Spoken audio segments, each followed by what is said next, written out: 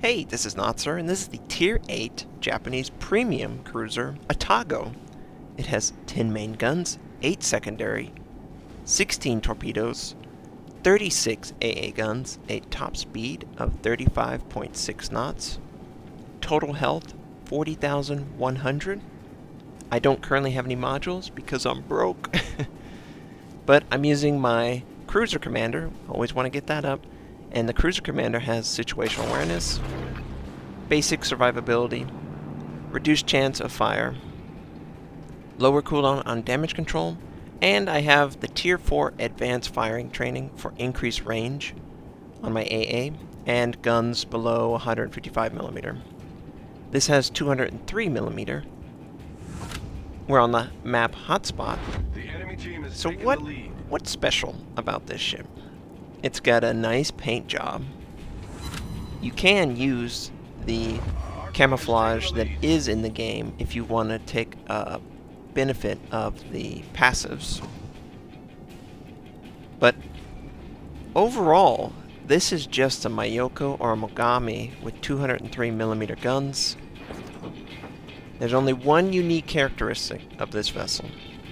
The torpedoes are directly in the center of the ship, so you can attack with your torpedoes without having to angle your butt.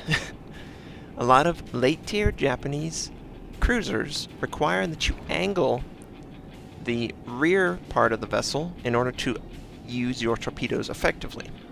So I see that this enemy cruiser is just sailing as if nothing's gonna happen to him. Unfortunately for him, something very bad is going to happen to him, and he takes 3 of my torpedoes, get him down to a sliver of life. No, it's my kill! Mine, I tell you! And just before my rounds land, someone takes the kill. He's dead, right? That's the most important thing. I only did 99% of his health. So, we've captured E. I am spotted, going in and out of spot, and I'm like, what is going on? There must be something that's spotting me, because I should have dropped off anyone's vision.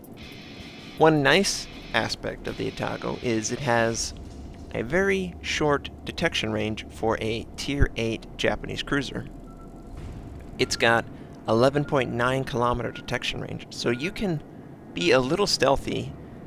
The enemy tries to torpedo me, he's unsuccessful, and I just let my team know there's a DD somewhere over there west of D. And it looks like he shows himself. Maybe that's a different one, you know.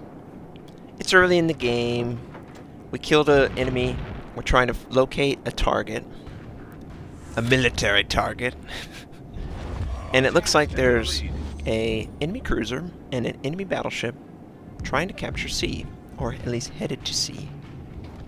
The enemy battleship is very low, and I want to use my advantage to take them out. Now, the guns on this are your standard 203mm gun that every Japanese cruiser has, starting at Tier 6, I believe. And maybe even Tier 5. Yeah, I think Tier 5. So, you know, the rate of fire isn't comparable to American guns, but you can penetrate if you get a good broadside attack on enemy cruisers. Definitely not battleships, though. You want to stick to HE. And I'm definitely sticking to HE against this New Mexico. He's got the zebra camouflage. He's already taken so much damage. We set him on fire, and we do, you know, it looks like 2,500 points of damage. It's pretty effective. If I land, you know, 8 to 10 of my shots on a battleship, I can expect to do 7,000 to 9,000 points of damage with HE. So the guns feel very effective. It's just, what am I getting? You know, what's the quirk? You know, the Atlanta has basically destroyer guns, and they're really fragile. but it's just like a machine gun of HE rounds to the target, constantly setting everyone on fire. So it's a pretty unique ship when you consider that style. The uniqueness is that you have torpedoes that you can use effectively at any position, unlike every other Japanese cruiser where you have to angle your rear to the enemy. So that might make it more difficult for you to engage them, because Japanese cruiser turret rotation is notoriously sluggish. And, you know, it feels pretty good. It feels great to have these torpedoes in the setup they are. You'll watch, I clearly basically killed a ship at the start. I'm going to try and get this Atago right here. He's sailing pretty casually. I think he wants to kill the friendly battleship. You can see my secondaries going off. I always like to focus my fire with my secondaries, with my AA guns. And I've put defensive fire. I didn't realize that defensive fire and the scout radar are actually one and the same slot, so you have to choose, and I'm not using scout radar. It's garbage compared to defensive fire right now. If I turned it on when the enemy's anywhere near me, and I should have turned that on. I didn't pay attention to this enemy, but you can just see I'm melting him after I turned it on. If I would have turned it on prior to his attack, he would have not gotten anywhere close to me. And this is a stock. I don't have any modules, so increase AA range. It's a very effective ship. If you enjoy the Japanese cruiser, and you would like a premium ship if you don't have one already, I definitely recommend getting the ship, because it's just like every other Japanese cruiser. If you're looking for something with a unique gameplay, like the Kitakami, you're not going to get it here. This is more of the same. Now, I really enjoy Japanese cruisers, so I don't feel bad buying this.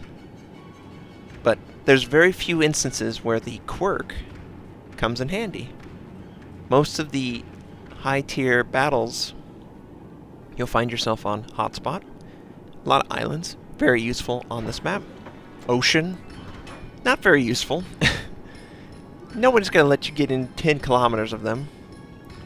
The islands of ice, that's another place where it could be useful. But generally, depending on the map, Japanese cruisers are 100% effective, or they have to sacrifice the use of torpedoes in order to stay alive. And here's another Atago. He's trying to recapture A, I believe. No, that's the spawn where 50% of our team spawned, so they're just capturing it. They must be the guys from the southeast. They moved up on the 9-10 line. I see that there's a couple torpedo bombers coming my way. Yeah. So I gotta maneuver, and I wanted to kill this guy real bad. So I loaded AP. Trying to get that citadel penetration to finish him off, but it's just not gonna happen. I have to focus on the aircraft, and this is high tier. Interestingly about this game, the Atagos are the top tier. This is a tier 8 game.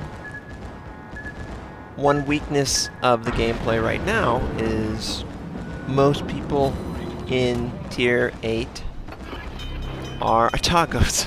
So you gotta wait for other Atagos. Not everyone is up here.